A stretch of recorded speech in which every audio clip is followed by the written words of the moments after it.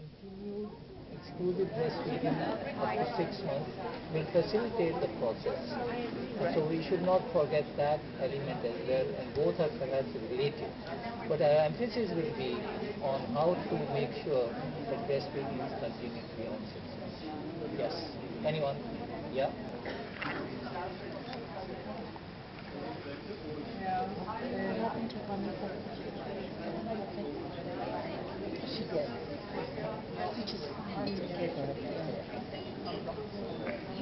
So we can start, then we can come back here.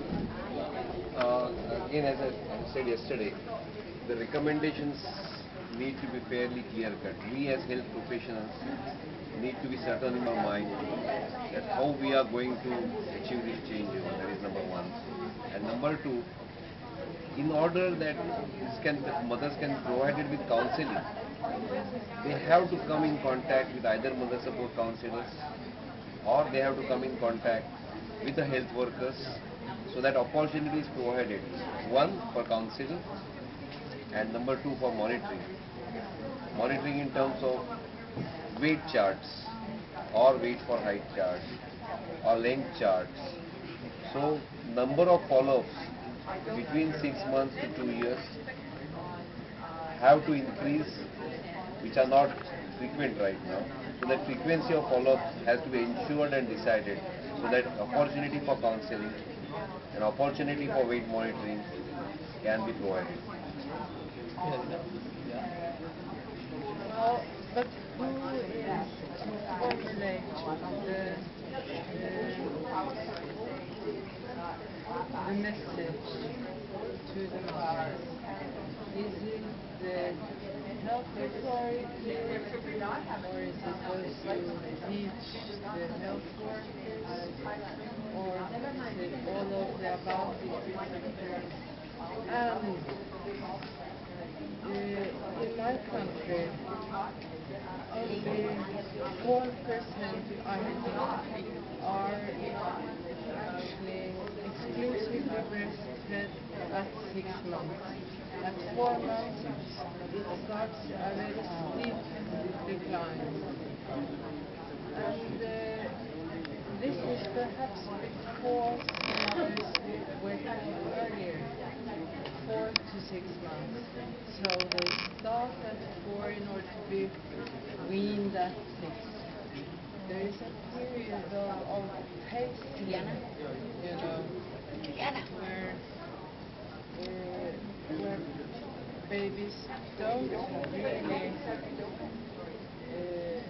eat weaning food or whatever it's to be called. We have to address that too, perhaps. But, and that period, how long is it?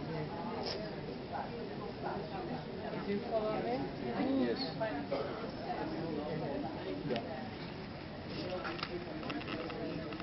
I'm not sure whether this is suggesting we divide the discussion up in the 20 minutes on the 20 minutes. I mean, I think the two divisions are, one is prolonging the duration of breastfeeding, and the other is increasing the volume of breastfeeding, which is not just token breastfeeding, but providing substantial amounts of breastfeeding. Then I think if we're dealing mainly with developing countries, the question now is, no, I'm not sure that we are, but I mean, or comparing Norway with an African country where there's a breastfeeding country, how much are you doing it by protecting it so you're not reducing the mean duration, not reducing it? How much are you having to provide support? I mean, I like the terms victim support and promotion, so how much are you promoting it so you get longer duration and a greater volume? So I think these three terms are useful in terms of breastfeeding for 6 to 20 months.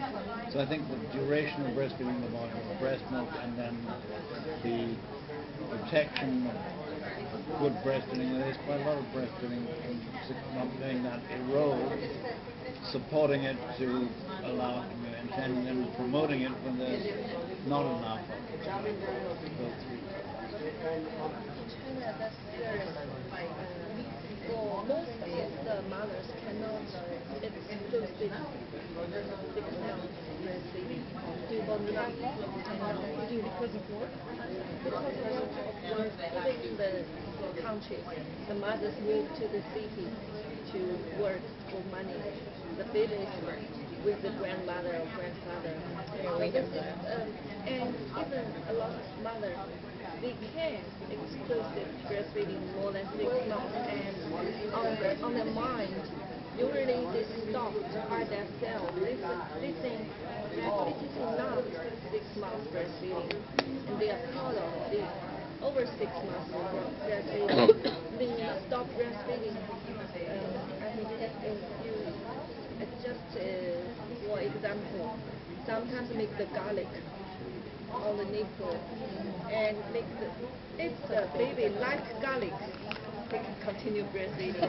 Oh, it's like a test. Like breastfeeding with the ring, breastfeeding with the garlic. Sometimes they change to the pepper. Sometimes the babies That is when they want to stop. So the point you have made is they are working mothers, and some mothers have wrong idea. They think 6 months is In Eastern Africa, we are trying to advocate for a babe-friendly community initiative as a way to support mothers when they leave the hospital, and the BFHI, when they leave the hospital and content so to their community can still be supported. I think this could be an entry point to continue promoting breastfeeding from 6 to 24 months and beyond through the mother support groups in the community, training them. And also we have now a very enabling environment whereby youth groups are they are our partners in promoting breastfeeding, and they are very active. We have some good examples from the Gambia and other 5 countries in our network. So by training these youth groups and mother support groups, maybe this could help to follow up and support beyond 6 months and beyond. And I was forgetting also the male involvement that we are encouraging in our network at community level. This could be also another enabling environment. Of course, with training also the health workers, maybe when they do some outreach activities, they can also look at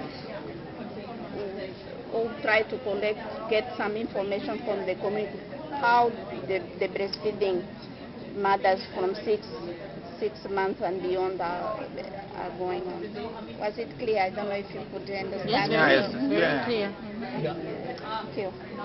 I think, again, your name is? Armanda. I think Armanda, in my opinion, has touched on a very key element, is training. And I think with the experience that we have with La Leche League, I think, training or giving the mother support through a mother support setting at the grassroots level and then moving up has very, good outcomes. I think that is one of the key elements.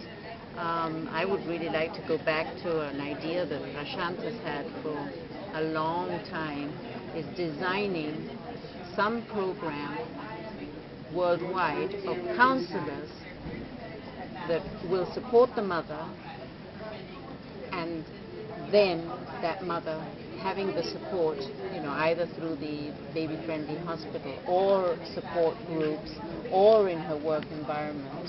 I think that is the key element, to be able to gain that the mother will be able to continue breastfeeding from 6 months to 24. I think direct support to her is one of the key elements. Okay, maybe one of the first things I would do